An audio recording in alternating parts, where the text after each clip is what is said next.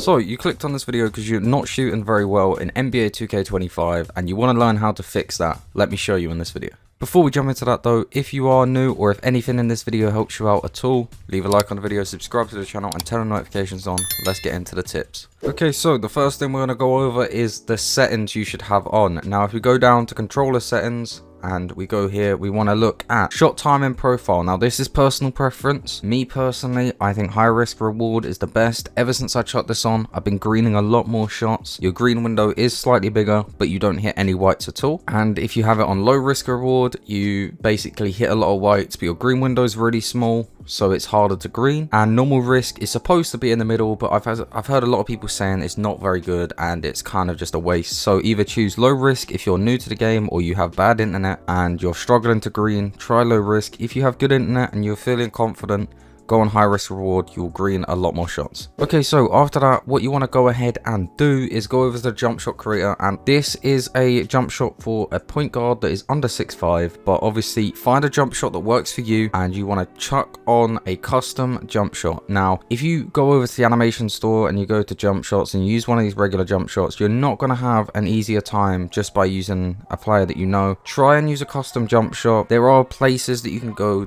and find green windows and good jump shots and stuff like that. I'm sure if you just search on YouTube you can find them. There's 2K labs, there's plenty of places you can find custom jump shots. Make sure you chuck one on. This is the one that I recommend for small guards, but as you can see here at the top we have the visual cue.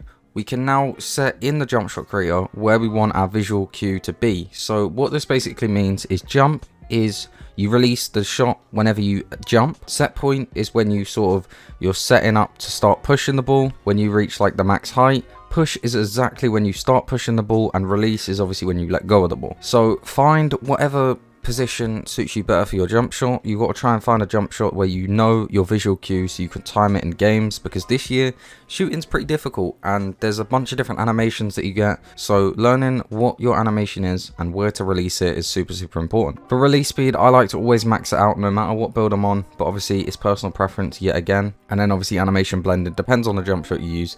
This is the jump shot that I'm using for my point guard, and this is the jump shot that I'm using for my center. So try those out if you can. If not, find a jump shot that works for you. And while we're in our animations, I wanted to go over something that isn't too necessary, but I think is actually pretty cool. Now, if you head down to the customize HUD and you go to shot feedback, by default the visibility is set on simple, and this is how you get instant greens, so you know if you green the shot or you miss the shot instantly.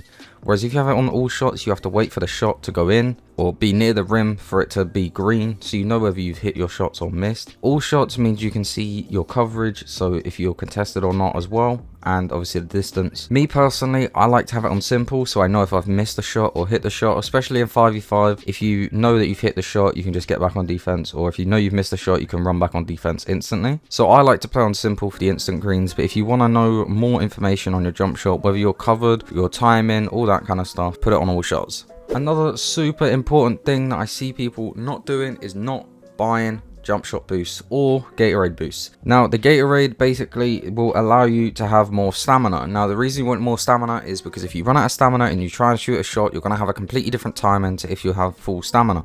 So you might get caught off guard by a slow jump shot, or it might be super fast. It depends, obviously a bunch of different things factor into that, but jump shot boosts is the most important one out of all of these. The reason we want jump shot boosts is because it boosts your green window significantly, and ever since Park has introduced these, I have been using them. They are super helpful. It's 1500 VC for 10 jump shot boosts. Say you're playing Park, you get 2000 VC back minimum, even if you're just losing games. If you're playing Rec, for example, you're going to get 10,000 VC if you're winning games. And even just for like single games, it's only 200 VC. I'm sure you guys can afford to spend 1500 VC if you're going to go from shooting 20% to say 50%. And same with the Gatorade, they're only 500 VC a pop, or 3500 for 10. It's super cheap in my opinion, and it's a must have if you're trying to get better at shooting. Now if we head over to the city stats, this one is also a very important one.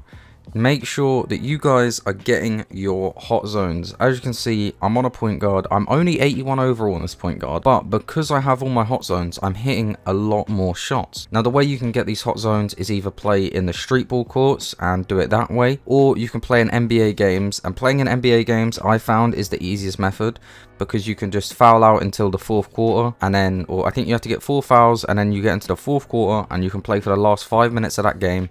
You're earning VC and you're getting hot zones. Hot zones are a massive part of this game this year, especially with how difficult shooting is this year. You definitely need hot zones. So make sure you're going ahead and you're taking advantage of this, getting your hot zones up, so that when you go into the park or into the rec or any other game mode, you're going to be shooting more consistent. Now in 2K25 they have introduced a new mechanic, and that is rhythm shooting. Now normally you'd mess around, you would go for your shot whatever with the square button or X on Xbox, but if you use your stick and you pull down and then push up, as you can see, I get slightly late but great tempo. That is what rhythm shooting is. Basically, you want to match your shot, so you want to go up with your shot and then you want to flick with the hand as you release the ball. And if you can master tempo shooting, especially if you're a spot up or a lock, you will be shooting 10 times better, because it has been confirmed that it gives you a better green window compared to just regular shooting. Now it's a new mechanic that they've added, so obviously getting used to it will take some time. I recommend going into some of the courts that are on the beach and learning it there, because there is actually a delay there compared to my court, where you're going to be on 0 latency and it's going to feel completely different to how it will feel in an actual game. But there's plenty of proof that people have been saying and showing on Twitter and on other platforms that basically proves that rhythm shooting is really good, and it does boost your shot percentage and stuff like that. And if you can master it, like I said, on a big or a lock, you will definitely be shooting a lot more consistently. If you're on a point guard, I would try and learn it, but I still think that it's pretty difficult to execute after doing dribble moves and stuff like that. So definitely if you're on a guard, I would try and just master regular shooting first and then give this a go if you're struggling still. The next thing I wanted to talk about is taking good shots. Now what I mean by this is, instead of going straight into a game and thinking, oh, you know what, I'm the best, I'm gonna green everything, and then you just come over here, you're doing all these dribble moves at half court, and then you just decide, oh yeah, let me just go for a fade for my first shot on the game. Instead of doing that, take smart shots. So maybe you're playing threes, you're dribbling about, your teammate's setting you a screen, you get open, make sure that you're right on the edge of the 3-point line, for example, instead of trying to take deep shots. So instead of just going for like half court shots the entire game or pulling up for fades, just get your takeover meter up a little bit, then start going for it. Then once you get takeover, then you can start going for all the crazy stuff you want to go for. But before doing all that, make sure you're playing smart. So instead of just like shooting contests, shoot open shots that make sense. Doing this will boost your 3-point percentage and overall your win percentage by 10-fold if you just play smart. That's all you got to do, is just learn a bit of IQ. And last but not least, the last tip that I'm going to give you guys in this video, and probably one of the most important ones in my opinion, stop changing your jump shot every 5 minutes. Stop changing builds every 5 minutes as well. If you're playing on a point guard, try and stick to the point guard with the same jump shot for at least a day. Just try it for 1 day. By the end of that day, you're going to be much better than if you switch your jump shot 3 or 4 times during that day, or say you go onto a lock or a big man or whatever with a different jump shot.